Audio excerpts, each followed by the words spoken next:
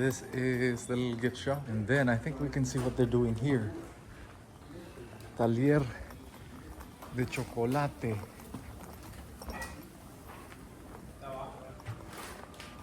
Ajá, hola, buenas tardes. Buenas tardes, bienvenidos. Ah, Tea, bars, drinking, seeds, nice. todo. Sí, hasta fruta. What are you preparing now? What is this? This is a cacao tea. Cacao This tea. is actually, you can see here is the husk of the bean. And when it is already roasted, the bean, we shell them. And we don't waste that. You can make cigars, chocolate, aromas, rolling paper. Cigars too. Yeah, you can smoke chocolate and see Willy Wonka dancing on the top.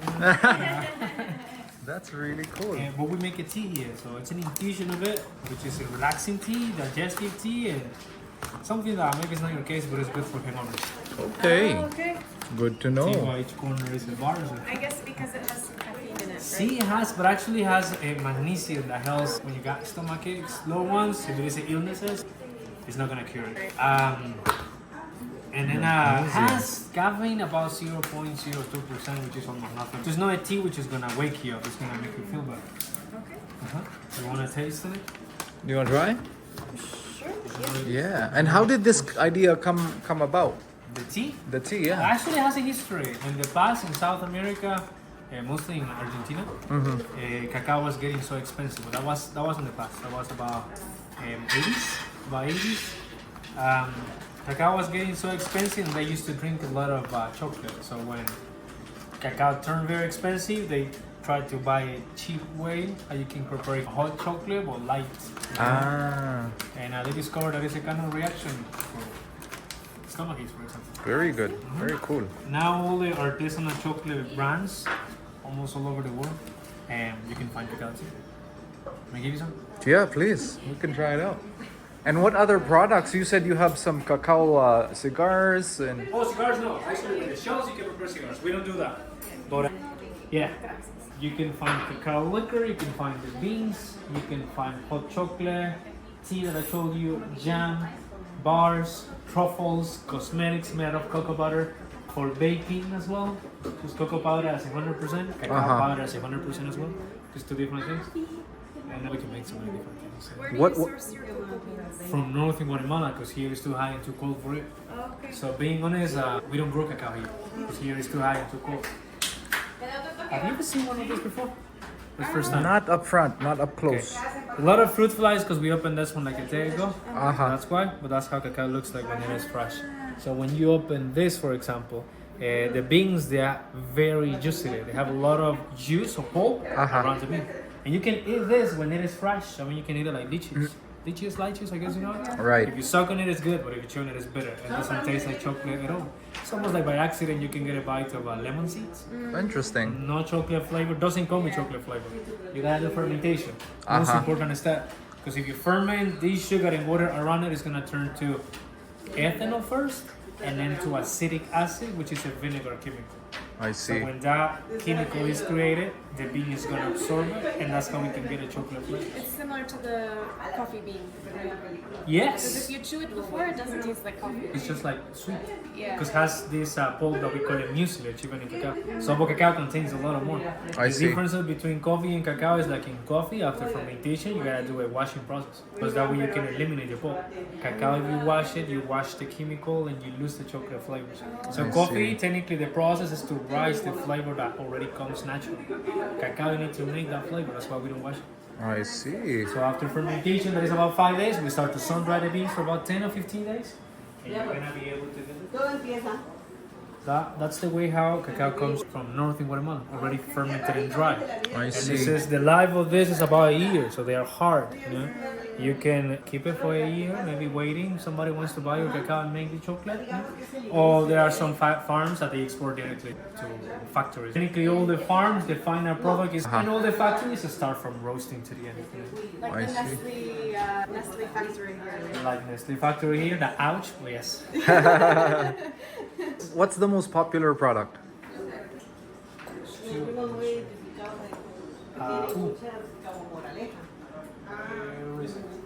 Well, I want to give you a plain 70% chocolate, which we consider is our best. Thank you. I want you to pay attention to the aftertaste because I know that the first at the beginning it's a little bit better. But Guatemalan cacao is very fruity. And as after bitterness, you can get that fruity flavor, which is good. You know? That's the sign of Guatemalan cacao. We are so famous for cacao, being honest, but we are not that famous for chocolate because we don't have an international chocolate brand so far. And almost the 75-80% of our production in Guatemala goes to other countries. I see. So we are more like cacao producers and chocolate producers, very small. We are part of that. I see. And we want to change that. Good to know. That was very good. I like that. For a 70% dark, like that's... That's good. I'm gonna give you same dark, nuts allergies. No. Okay. This is a pistachio. Okay. And it is salty, so salty flavors with dark chocolate is amazing because you're gonna reduce the bitterness and rise the fruity flavor, and plus that nutty salty flavor is good. Pistachio, this with chocolate, and a cup of red wine. So these are the two most popular products here. I'm missing one. 3 actually.